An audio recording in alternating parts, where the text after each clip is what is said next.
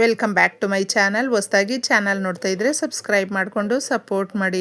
ವಾರಾಹಿ ದೇವಿಯ ಆಶೀರ್ವಾದ ಅನುಗ್ರಹ ಎಲ್ಲರ ಮೇಲೂ ಇರಲಿ ಅಂತ ವಿಡಿಯೋ ಪ್ರಾರಂಭ ಮಾಡ್ತಾ ಇದ್ದೀನಿ. ಇದೇ ಸೋಮವಾರ ನಮಗೆ ಪುಷ್ಯ ಸೋಮವಾರ. ಪುಷ್ಯ ಮಾಸದಲ್ಲಿ ನಮಗೆ ತುಂಬ ಮುಖ್ಯವಾಗಿ ಶನಿ ಸ್ವಾಮಿಗೆ ಇಷ್ಟವಾಗುವಂಥ ಒಂದು ಮಾಸ ಅಂತ ಹೇಳಬಹುದು. ಈ ಶನಿ ದೋಷಗಳು ಯಾರಿಗೆ ಇದ್ದರೂ ಕೂಡ ಸಮಸ್ಯೆಗಳನ್ನು ಪಟ್ಟಂತ ನಿಭಾಯಿಸ್ಕೊಳ್ಳೋದಕ್ಕೆ, ಬೇಗನೆ ನಿವಾರಣೆ ಮಾಡಿಕೊಳ್ಳೋದಕ್ಕೆ ಹಾಗೂ ಶಿವಾನುಗ್ರಹ ಅನ್ನೋದು ಪಡ್ಕೊಳ್ಳೋದಕ್ಕೆ ನಮ್ಮ ಮನೆಯಲ್ಲಿ ಈ ಸಣ್ಣ ಪರಿಹಾರವನ್ನು ಮಾಡಿಕೊಳ್ಳಿ. ದೇವರ ಮನೆ ಎಷ್ಟು ಮುಖ್ಯವಾಗಿರುತ್ತೋ ನಮ್ಮ ಅಡುಗೆ ಮನೆ ಕೂಡ ಅಷ್ಟೇ ಮುಖ್ಯವಾಗಿರುತ್ತೆ. ನಮ್ಮ ಮನೆಯ ಹೃದಯದ ಭಾಗ ಅಂತ ಹೇಳಬಹುದು ಅಡುಗೆ ಮನೆ ಅನ್ನುವಂಥದ್ದು.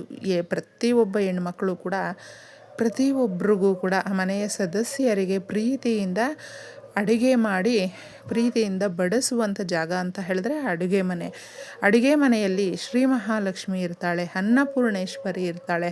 ಅದಕ್ಕೋಸ್ಕರ ಈ ದಿನ ನಾವು ತಪ್ಪದೆ ಸೋಮವಾರ ರಾತ್ರಿಗೆ ಈ ಸಣ್ಣ ಪರಿಹಾರವನ್ನು ಮಾಡ್ಕೊಳ್ಳಿ. ನಾವು ಮಾಡುವಂಥ ಪರಿಹಾರಗಳಲ್ಲಿ ನಮಗೆ ಯಾವುದೇ ರೀತಿಯಾದಂಥ ಖರ್ಚು ವೆಚ್ಚವಿಲ್ಲದೆ ಪರಿಹಾರ ಶಾಸ್ತ್ರಗಳಲ್ಲೇ ತಿಳಿಸಿರುವಂಥ ಪರಿಹಾರಗಳನ್ನು ಮಾಡಿಕೊಂಡಾಗ ನಮ್ಮ ಕೈಯಾರ ಮಾಡ್ತಾ ಇರ್ತೀವಿ, ನಂಬಿಕೆ ಇಟ್ಟು ಮಾಡ್ತೀವಿ. ಎಲ್ಲಿ ಪಾಸಿಟಿವ್ ವೈಬ್ಸ್ ಅನ್ನೋದು ಇರುತ್ತೋ ಆ ಜಾಗಕ್ಕೆ ಕಷ್ಟಗಳು ಅನ್ನುವಂಥದ್ದು ಬರೋದಿಲ್ಲ. ಬಂದಿರುವಂಥ ಕಷ್ಟಗಳು ಜಾಸ್ತಿ ಕಾಲ ನಿಲ್ಲೋದೇ ಇಲ್ಲ ಸ್ನೇಹಿತರೆ. ಅದಕ್ಕೆ ತಪ್ಪದೇ ಇದನ್ನು ಮಾಡ್ಕೊಳ್ಳಿ. ಸಾಕಷ್ಟು ಜನ ದೊಡ್ಡ ದೊಡ್ಡ ಪೂಜೆ ಪರಿಹಾರಗಳನ್ನು ಮಾಡ್ಕೊಳ್ತಾರೆ. ದುಡ್ಡು ಕಾಸು ಇರುವಂಥವರು ಮಾಡ್ಕೊಳ್ಬಹುದು. ಆದರೆ ಸಾಧಾರಣವಾಗಿ ಎಲ್ರಿಗೂ ಕೂಡ ಅದು ಅನುಕೂಲ ಆಗೋದಿಲ್ಲ. ಆಗದೇ ಇರುವಂಥವರು ಈ ಪರಿಹಾರಗಳನ್ನು ಮಾಡಿಕೊಂಡ್ರೆ ನಮ್ಗೆ ಅಷ್ಟೇ ರಿಸಲ್ಟನ್ನು ಕೊಡುವಂಥದ್ದು. ಏಕೆಂದರೆ ನಮ್ಮ ಸಮಸ್ಯೆಗಳು ಏನು ಅನ್ನುವಂಥದ್ದು ನಮ್ಗೆ ಗೊತ್ತಿರುತ್ತೆ. ಮನುಷ್ಯನಿಗೆ ಬರುವಂಥ ಸಮಸ್ಯೆಗಳು ಅದು ಪದೇ ಪದೇ ಕಾಡ್ತಾ ಇದೆ. ಆ ಸಮಸ್ಯೆಗಳಿಂದ ನಾವು ಹೊರಗೆ ಬಂದುಬಿಡಬೇಕು. ಏನಪ್ಪ ಮಾಡೋದು ಅನ್ನೋದಾದರೆ ಸೋಮವಾರ ಮೊದಲು ಮನೆಗಳನ್ನೆಲ್ಲ ನಾವು ಕ್ಲೀನ್ ಮಾಡಿಕೊಂಡು ಸ್ವಲ್ಪ ಅರಿಶಿಣ ಕಲ್ಲುಪ್ಪನ್ನು ಹಾಕಿ ಮನೆಯನ್ನು ಒರೆಸ್ಕೊಂಡು, ಹಾಗೆ ಹಳದಿ ನೀರನ್ನು ಸ್ವಲ್ಪ ಹಾಕಿ, ನೀವು ರೋಸ್ ವಾಟರ್ ಏನಾದರೂ ಮಿಕ್ಸ್ ಮಾಡಿಕೊಂಡು ಹಳದಿ ನೀರು ಮಾಡ್ಕೊಂಡಿದ್ದೆ ಸ್ವಲ್ಪ ಮನೆ ಒಳಗಡೆ ಎಲ್ಲ ಪ್ರೋಕ್ಷಣೆ ಮಾಡಿ. ಯಾಕಂದರೆ ಆ ನೆಗೆಟಿವ್ ಅನ್ನುವಂಥದ್ದು ಸದಾಕಾಲ ಯಾವಾಗಲೂ ನಾವು ಓಡಾಡ್ತಾನೆ ಇರ್ತೀವಿ.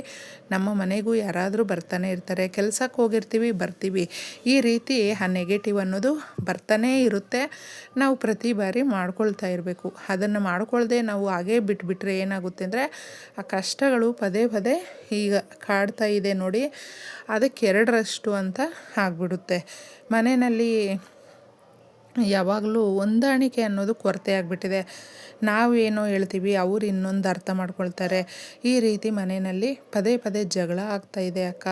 ಮನೆಯಲ್ಲಿ ಒಂದೊಂದು ರೂಪಾಯಿಗೂ ಕಷ್ಟಪಡ್ತಾಯಿದ್ದೀವಿ. ಸಾಕಷ್ಟು ಜನ ಏನೇ ಮಾಡಿದ್ರೂ ಕೂಡ ಇದು ನಿಜ ಕೂಡ ಸ್ನೇಹಿತರೆ. ಎಷ್ಟೋ ದುಡಿತಾ ಇರ್ತಾರೆ, ಒಂದು ಹೊತ್ತು ತಿನ್ನೋದಕ್ಕೂ ಕೂಡ ಕಷ್ಟಪಡ್ತಾರೆ. ಯಾರಾದರೂ ನೆಂಟರು ಬಂದುಬಿಟ್ರೆ ಅವ್ರಿಗೆ ಸರಿಯಾಗಿ ನಾವು ಅಡುಗೆ ಮಾಡಿ ಬಡಿಸ್ಬೇಕು ಅಂತ ಹೇಳಿದ್ರು ಕೂಡ ಮನೆಯಲ್ಲಿ ಆ ಒಂದು ಗ್ರಾಸರೀಸು ಅನ್ನುವಂಥದ್ದು ಇರೋದೇ ಇಲ್ಲ. ದವಸ ಧಾನ್ಯಗಳು ಅನ್ನೋದು ಇರೋದಿಲ್ಲ. ತುಂಬ ನೋವಾಗಿಬಿಡುತ್ತೆ. ಅಂತಹ ಸಂದರ್ಭಗಳಲ್ಲಿ ಸದಾಕಾಲ ನಮ್ಮ ಮನೆಯಲ್ಲಿ ಅನ್ನಪೂರ್ಣೇಶ್ವರಿ ಇರಬೇಕು. ಯಾರೇ ಬಂದರೂ ಕೂಡ ಸಂತೃಪ್ತಿಯಿಂದ ತಿಂದು ನಮ್ಮ ಮನೆಯಿಂದ ಖುಷಿಯಾಗಿ ಹೋಗಬೇಕು ಅನ್ನೋದು ನಮ್ಮೆಲ್ಲರ ಆಸೆ ಆಗಿರುತ್ತೆ.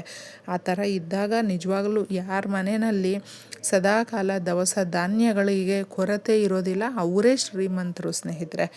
ಅದಕ್ಕೋಸ್ಕರ ತಪ್ಪದೆ ಮನೆಯ ಗ್ಯಾಸ್ ಸ್ಟವ್ ಮೇಲೆ ಇದನ್ನು ಮಾಡಿಕೊಳ್ಳಿ. ನಮ್ಮ ಮನೆಯಲ್ಲಿ ಗ್ಯಾಸ್ ಸ್ಟವ್ ನಾವು ಅಗ್ನಿ ಮೂಲೆಯಲ್ಲಿ ಇಟ್ಟಿರ್ತೀವಿ. ಆಗ್ನೇಯ ಮೂಲೆಯಲ್ಲಿ ಮಾಡುವಂಥ ಪರಿಹಾರ, ಏಕೆಂದರೆ ಪಂಚಭೂತಗಳಲ್ಲಿ ನಮಗೆ ಅಗ್ನಿದೇವರು ಕೂಡ ಆಗಿರೋದ್ರಿಂದ ಅಗ್ನಿದೇವರ ಸಾಕ್ಷಿಯಾಗಿ ಈ ಪರಿಹಾರವನ್ನು ಮಾಡಿಕೊಳ್ಬೇಕು. ಇನ್ನು ಮುಖ್ಯವಾಗಿ ಸೋಮವಾರ ಆಗಿರೋದ್ರಿಂದ ನಮ್ಮ ಮನೆಯ ಬಾಗಿಲತ್ರ ಆಲದ ಮರದ ಎಲೆಯನ್ನು ತಗೊಂಡು ಬಂದು, ಒಂದು ಆಲದ ಮರದಲ್ಲಿ ಶಿವಸ್ವಾಮಿ ನೆಲೆಸಿರ್ತಾರೆ. ಅನುಗ್ರಹದಿಂದ ಒಂದು ಎಲೆಯನ್ನು ಕೇಳಿ ತಗೊಂಡು ಅದ್ರ ಮೇಲೆ ಕ್ಲೀನಾಗಿ ನೀವು ಅದನ್ನು ಒರೆಸಿ ಒಂದು ಹಿಡಿಯಷ್ಟು, ಅದಕ್ಕೆ ಎಷ್ಟು ಹಿಡಿಯುತ್ತೋ ನೋಡಿಕೊಂಡು ಒಂದು ಕಲ್ಲುಪ್ಪನ್ನು ಸ್ವಲ್ಪ ಹಾಕಿಬಿಟ್ಟು ಒಂದು ನಿಂಬೆಹಣ್ಣನ್ನು ಈ ರೀತಿ 4 ಭಾಗಗಳಾಗಿ ಮಾಡಿ ಅದಕ್ಕೆ ಅರಿಶಿಣ ಕುಂಕುಮ ಹಾಕಿ ಅದ್ರ ಮೇಲೆ ನೀವು ಇಡಿ.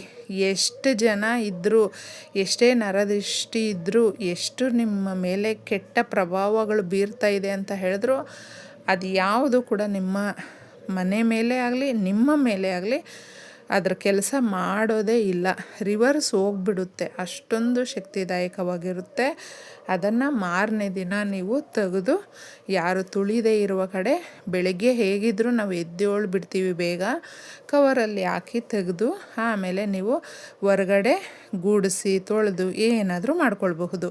ಇನ್ನು ಮನೆಯಲ್ಲಿ ಸ್ಟವ್ ಮೇಲೆ ನಾವು ರಾತ್ರಿಗೆ ಸರಿಯಾಗಿ ಎಲ್ಲ ಕೆಲಸಗಳು ಮಾಡಿ ನೀವು ಊಟ ಕೂಡ ಮಾಡಿಕೊಳ್ಳಿ. ತದನಂತರ ಇನ್ನೇನು ಮಲಗ್ತೀವಿ ಅನ್ನುವಾಗ ಮಾಡಿಕೊಳ್ಳುವಂಥ ತುಂಬ ಸುಲಭ ವಿಧಾನದ ಪರಿಹಾರ.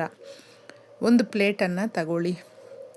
ಸಾಸಿವೆ ಅನ್ನುವಂಥದ್ದು ನಮ್ಮ ಸಮಸ್ಯೆಗಳನ್ನು ಅರ್ಧಕ್ಕೆ ಅರ್ಧ ಕಡಿಮೆ ಮಾಡಿಬಿಡುತ್ತೆ. ಕಲ್ಲುಪ್ಪು ಅನ್ನುವಂಥದ್ದು ದುಡ್ಡು ಕಾಸಿನ ಸಮಸ್ಯೆಗಳನ್ನು ಬಗೆಹರಿಸುತ್ತೆ. ಇನ್ನು ಅರಿಶಿಣ ಕುಂಕುಮವನ್ನು ಅನ್ನುವಂಥದ್ದು ಶುಭ ಕಾರ್ಯಗಳನ್ನು ನಾವು ಮಾಡೋದಕ್ಕೆ ಸಹಾಯವನ್ನು ಮಾಡುತ್ತೆ. ದುಡ್ಡಿಗಾಗಿ ಮಾಡಿಕೊಳ್ಳುವಂಥ ಪರಿಹಾರ ಆಗಿರಬಹುದು.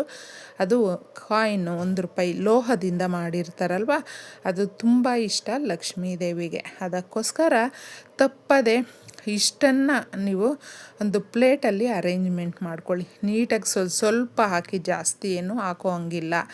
ಸಾಸಿವೆ ಎಷ್ಟೇ ನರದೃಷ್ಟಿ ಇದ್ದರೂ, ಎಷ್ಟೇ ಬ್ಲ್ಯಾಕ್ ಮ್ಯಾಜಿಕ್ ಮಾಡಿದರೂ, ನೀವು ನಂಬಲಿ ಬಿಡಲಿ, ನಾವು ಚೆನ್ನಾಗಿದ್ದೀವಿ ಅಂತ ಹೇಳಿದ್ರೆ ನಮ್ಮ ಬಗ್ಗೆ ತುಂಬ ಕೆಟ್ಟದ್ದಾಗಿ ನಡ್ಕೊಳ್ತಾರೆ ಸ್ನೇಹಿತರೆ. ಇವರ ಬೆಳವಣಿಗೆ ಆಗಬಾರ್ದು, ಇವರು ಅಲ್ಲಲ್ಲೇ ಬಿದ್ದೋಗ್ಬಿಡ್ಬೇಕು, ಇವ್ರಿಗೆ ಕೆಲಸ ಸಿಗಬಾರ್ದು, ದುಡ್ಡು ಸಿಗಬಾರ್ದು, ಚೆನ್ನಾಗಿರಬಾರ್ದು ಇವ್ರ ಸಂಬಂಧಗಳು ಅನ್ನುವಷ್ಟು ಅಸೂಯೆ ಇರುತ್ತೆ ತುಂಬ ಜನಕ್ಕೆ. ಅದಕ್ಕೋಸ್ಕರ ಇದನ್ನು ನೀವು ನೀಟಾಗಿ ರಾತ್ರಿ ಮಾಡಿಕೊಂಡು ನಿಮ್ಮ ಮನೆಯ ಗ್ಯಾಸ್ ಸ್ಟವ್ ಮೇಲೆ ಕ್ಲೀನಾಗಿ ಒರೆಸಿ ತದನಂತರ ಗ್ಯಾಸ್ ಸ್ಟವ್ ಮೇಲೆ ಇಡಿ. ಕೆಳಗಡೆ ಇಡಬಹುದಾ ಅಂತ ಕೂಡ ಕೇಳ್ತಾರೆ. ಆರಾಮಾಗಿ ನಿಮ್ಗೆ ಎಲ್ಲಿ ಕಂಫರ್ಟಬಲ್ ಇರುತ್ತೋ ಆ ಜಾಗದಲ್ಲಿ ಇಡಬಹುದು, ಏನು ವ್ಯತ್ಯಾಸ ಇರೋದಿಲ್ಲ. ಗ್ಯಾಸ್ ಸ್ಟವ್ ಮೇಲೆ ಆಗಲಿ ಗ್ಯಾಸ್ ಸ್ಟವ್ ಕೆಳಗಡೆ ಆಗಲಿ ಇಡಿ. ಈ ಥರ ಇಟ್ಟು ಕೇಳ್ಕೊಳ್ಳಿ, ಸಂಕಲ್ಪ ಮಾಡಿಕೊಂಡು ನಮ್ಮ ಸಮಸ್ಯೆಗಳನ್ನು ಹೇಳ್ಕೊಳ್ಬೇಕು, ಒಪ್ಪಿಸ್ಬೇಕು. ನಾವು ಅಗ್ನಿದೇವನಿಗೆ ಒಪ್ಪಿಸ್ಬಿಟ್ಟು ತದನಂತರ ಇದನ್ನು ಇಟ್ಬಿಟ್ಟು ಬಂದು ನಮ್ಮ ನಿದ್ದೆಯನ್ನು ನಾವು ಮಾಡಿಕೊಳ್ಬೇಕು. ತದನಂತರ ಮಾರನೇ ದಿನ ನೀವು ಇದನ್ನು ತೆಗಿಬೇಕು. ತೆಗೆದು ಆ ₹1 ನಿಮ್ಮ ಮನೆಯಲ್ಲಿರುವಂಥ ಎಲ್ಲ ಕಷ್ಟಗಳನ್ನು ಕೂಡ ಇದರಲ್ಲಿ ಹಾಕಿರುವಂಥ ವಸ್ತುಗಳು ಎಳ್ಕೊಂಡಿರುತ್ತೆ. ಅದನ್ನು ಸೀದಾ ತಗೊಂಡೋಗಿದ್ದೆ ₹1 ಯಾರಿಗಾದರೂ ಕೊಟ್ಟು ಇದರಲ್ಲಿ ಹಾಕಿರುವಂಥ ಎಲ್ಲ ವಸ್ತುಗಳು ಕೂಡ ರಾತ್ರಿ ಎಲ್ಲ ನೀವು ಲೈಟ್ ಆಫ್ ಮಾಡಿ ಮಲ್ಕೊಂಡಿರ್ತೀರಲ್ವ, ಕಷ್ಟಗಳನ್ನೆಲ್ಲ ಎಳ್ಕೊಂಡಿರುತ್ತೆ. ಸೀದಾ ತಗೊಂಡೋಗಿದೆ ಯಾವುದಾದ್ರೂ ಗಿಡ ಮರಗಳ ಹತ್ರ, ಹಸಿರು ಗಿಡಗಳ ಹತ್ರ ಹಾಕಿಬಿಡಿ. ₹1 ಮಾತ್ರ ಯಾರಿಗಾದರೂ ದಾನ ಮಾಡಿಬಿಡಿ. ನೋಡಿ ಎಷ್ಟು ಒಳ್ಳೆ ಕೆಲಸ ಮಾಡುತ್ತೆ ಅಂತ ಹೇಳಿದ್ರೆ ಸುಲಭವಾಗಿ.